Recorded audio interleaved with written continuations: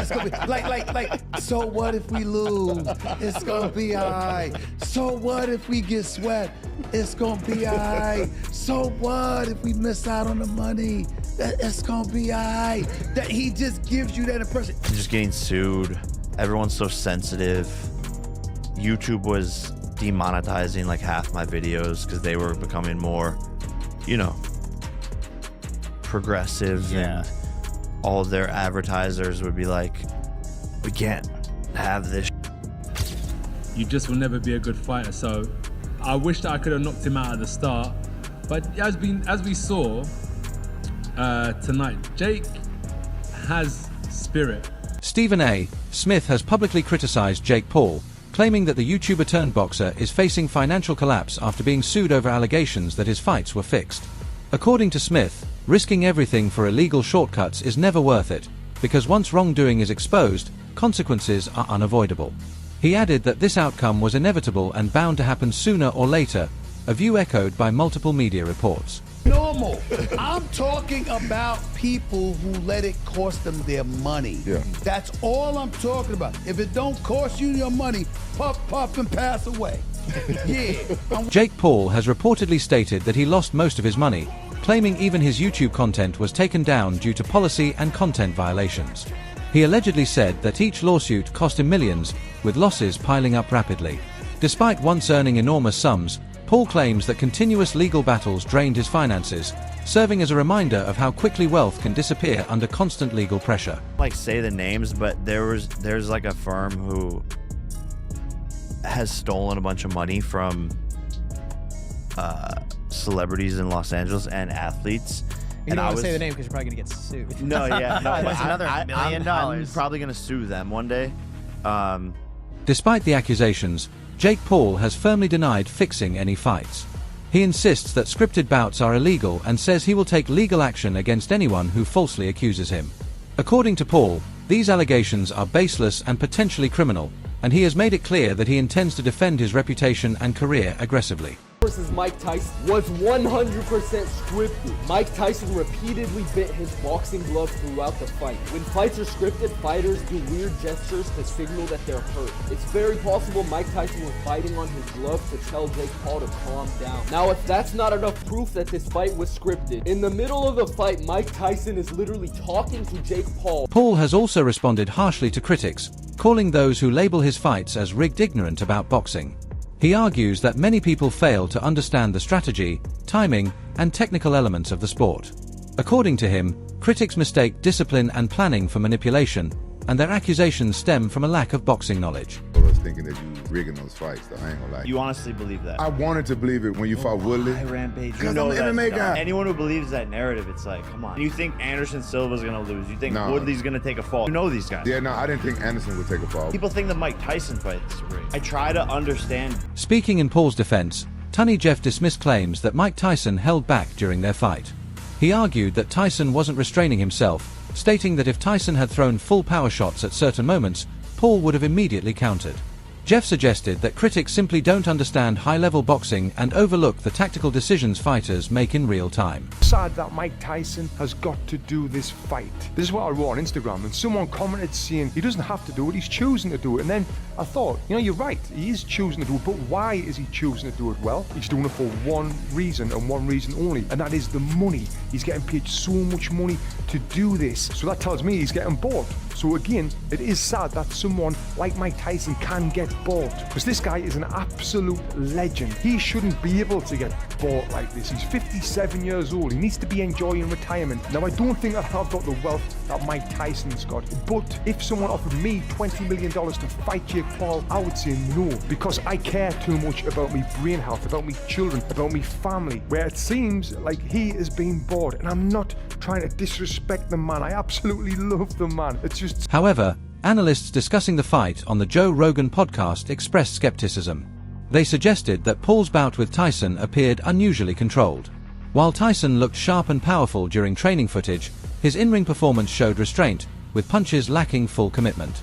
According to these analysts, the pacing, timing, and reactions in the ring gave the impression that the fight was carefully managed rather than fully competitive. Against actual not just world champion, but one of the greatest of all time. Are the fights even real? Like the Tyson fight? Like I saw video breakdowns of Tyson not throwing punches early on in that fight. I don't know if you watched any of those videos where like there's a left hook is 100% available.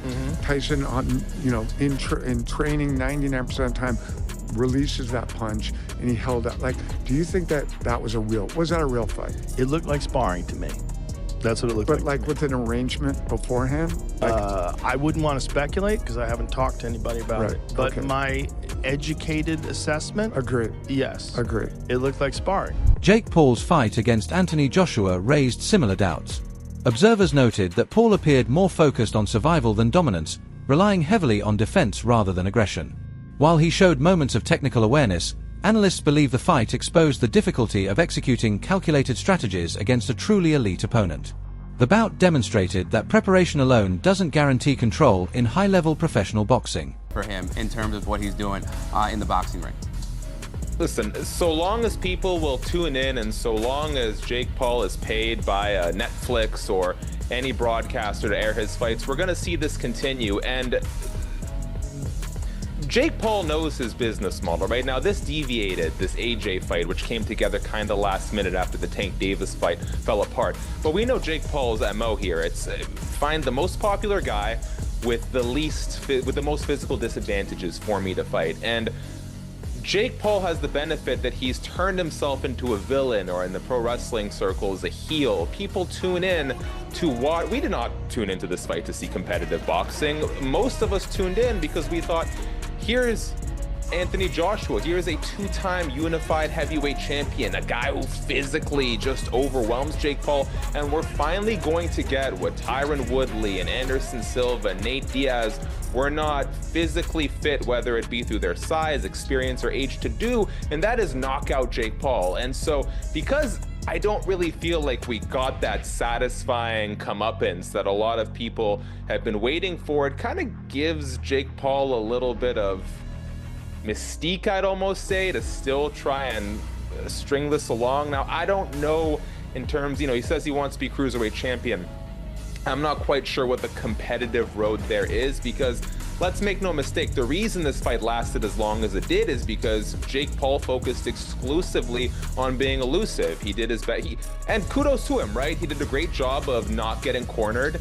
He was always on the gas until the gas sort of fell out from underneath him. And so I don't quite know, short of leveraging his popularity, how he's going to get to that title shot if he's not actually going to fight. Confusion erupted during the 7th round of Paul's fight with Julio Cesar Chavez Jr. when some fans claimed that online sources prematurely declared Paul the winner before the final bell. This sparked intense debate and renewed questions about the fight's authenticity. Critics noted that this wasn't an isolated incident, but part of a broader pattern seen throughout Paul's career. Video, Jake Paul and Julio Cesar Chavez are currently right now in the 7th round of their fight. But when you go to Google and Google the fight, it gives an accurate breakdown of all their past fights. And then it comes to the current fight, and it says that Julio Cesar Chavez Jr. loses a unanimous decision to Jake Paul in 2025. The fight has not even played out yet.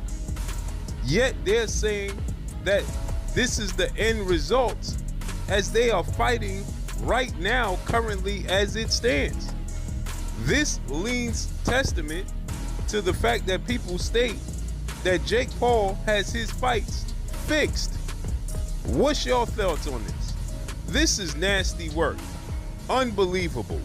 Many fans argue that Jake Paul's career consistently blurs the line between sport and entertainment. His fights often feature opponents past their prime, massive media promotion, and outcomes that appear favorable to him. These elements have fueled claims that his career is driven more by showmanship and control than by genuine competitive risk. Important and quite serious news in the combat sports world. Mike Tyson versus Jake Paul, it's come out now. It was rigged. I can't believe it. You have to question the validity of boxing these days when you can't trust two professionals to get in the ring and do their best against each other. And instead you find out Mike Tyson pulling these punches, not trying to hurt Jake Paul. Absolute disgrace. I thought better of them. You know, I really did. I thought that Mike Tyson especially, Iron Mike, he was just going to go in there and knock Jake clean out. But here he is, not Shiel Sonnen weighed in, pointing out how unusual it is for a fighter with limited professional experience to face opponents with Olympic or championship backgrounds. Sonnen argued that such matchmaking rarely happens naturally in boxing and often suggests bouts designed to create narratives rather than fair competition. I think that Joshua's more experienced or better. I believe in I believe boxing's real. If boxing is an actual sport, if it is an actual sweet science, then of course a guy that's done it 11 times cannot compete with the Olympic champion. Of course. This is before you get size in there, before you get professional world titles in there. A guy that's done this 11 times cannot go into the Olympic Games and medal. If boxing, in fact, should be believed. I was with Portnoy. I liked it. I liked how he said that. So, you know, that's how I feel too. Because I'm also cheering for Jake Paul. But I get it. I know we're not going to win tonight. But that's a compliment to boxing. And it is very hard for people to digest that Anthony Joshua can't cut him off. He can't find him. He can't do anything with that reach. He can't go out there and rush him. He can't throw this kid in a corner and beat him up. That is disappointing to me. That is baffling to me. As an MMA guy, I will just share with you, that would not be a problem at all. At all. If a guy's running away from me, it would be absolutely no problem. And you could put the boundaries at the city line. You could put it at the state line. I will track him down, I will put him somewhere, and I will beat the dog out of him. So in a ring, I get where that is really disappointing. I get it, but it doesn't change the fact that that's what happened. And then Joshua, by the way, has the right to turn to some other thing. Where I'm saying he got to cut him off, grab him, throw him in the corner, go beat him up. Well, I'm saying that Joshua has the right to go, I could feel some stuff. I knew it was going to come my way, right? For Joshua to say, well, I had the experience, and yeah, he was moving, and yeah, I could have cut him off a little different. But I didn't mind the way this was going. I didn't mind that he was running. I knew he would slow down. I knew he would come to me eventually. Like, for that to be Joshua's mindset. Joe Rogan added a more balanced perspective, acknowledging that Jake Paul genuinely wants to be seen as a legitimate fighter. However, Rogan noted that the recurring patterns in opponent selection and fight circumstances raise valid questions. Analysts like Ariel Helwani also pointed out that Anthony Joshua, already wealthy and established, had no reason to take unnecessary risks, explaining his cautious approach and focus on protecting his legacy. The head is open. Upstairs is open. And I was surprised that he wasn't going there. But, you know, any of this nonsense, script, bullshit. Like, if you subscribe to that notion, you're an absolute idiot. You're an absolute idiot. There was no reason for, you know, first of all, you go to jail. Why would Netflix, the biggest streaming platform in the world, partake in anything like that? Just use your brain. And MVP, too much to lose. You go to jail. Federal effing prison. AJ, like, for what? For what? He doesn't need it. He doesn't need more money. It's great, but to risk this? No, look at what's going on with the gambling. No way. There's no way. My respect for Jake has grown. I know people don't like to give him credit. You fight amateur, influencer, pro boxing, you have my respect. I don't care what kind of fighter you are. I don't care how many wins you have. You step through those ropes, you have my respect. He lasted 6 rounds. Most didn't think he would. I think the line as far as how many rounds was 2.5. So clearly most people thought he would be out of there around that point. And I think a lot of people were going with the under. He had some moments. He had the antics. You know, obviously the takedowns and all that weren't great. But golly, I think he was tired. You know, the ring was bigger, and everyone said that was going to benefit him, the 22x22 ring. But, you know, cardio has been an issue for him. And so when you're circling and dancing, you're going to get tired. You're going to gas out. And I think that happened. Arms were down, and he was getting pinned. He was getting cornered, and he was getting, you know, AJ was doing a great job, I think, of not letting the fight be contested in the middle of the ring, cornering him either in the middle, like the turnbuckle, or up against the ropes. He was cutting him off perfectly. And so I know people are going to be upset that AJ... Dan Raphael further analyzed the Joshua fight, crediting Paul for lasting as long as he did. Raphael explained that Paul's defensive and cautious strategy, though unpopular with viewers, was the only way he could survive multiple rounds against a fighter of Joshua's caliber. The fight highlighted the gap between spectacle-driven events and true elite-level boxing competition. 6 rounds and last, a few longer. I'll give credit to Jake for hanging in there. Part of it was because he employed an extremely unfriendly for fans style, but it was the only way he could do it if he wanted to survive that many rounds, which is to basically get on his bicycle and ride around the ring for a bunch of rounds and then get off his bicycle and run, like a criminal at night after the cops show up. So it is what it is. I mean, it'll be the fact that it still resonated shows you the interest that there was in the fight, and certainly that knockout was a viral clip. And and I'll quote the great philosopher Eddie Hearn. We're going to take care of Jake Paul and on to the real boxing in 2026. Yeah, the great philosopher. Eddie will like that. Yeah, he will. I might take that out because he'll like it too much.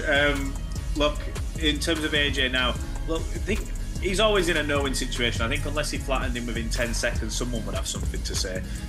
Whether it be before the fight and why is he doing this? Look, we know why he's doing it. And it helps him, I suppose, in the US market as well in terms of coming over here and making a big splash. But do you understand where some people maybe have been a bit critical with how long it's taken, or is it the fact that you fight a guy who's that, like you mentioned there, he's a novice boxer and he's moving around the ring? Was it down to Anthony to cut him off sooner, or do you see why it went that long? I mean, look, Anthony certainly could have done a better job cutting the ring off, and Anthony Joshua was the first one to say so himself after the ring. I mean, I've always viewed Joshua as pretty honest when it comes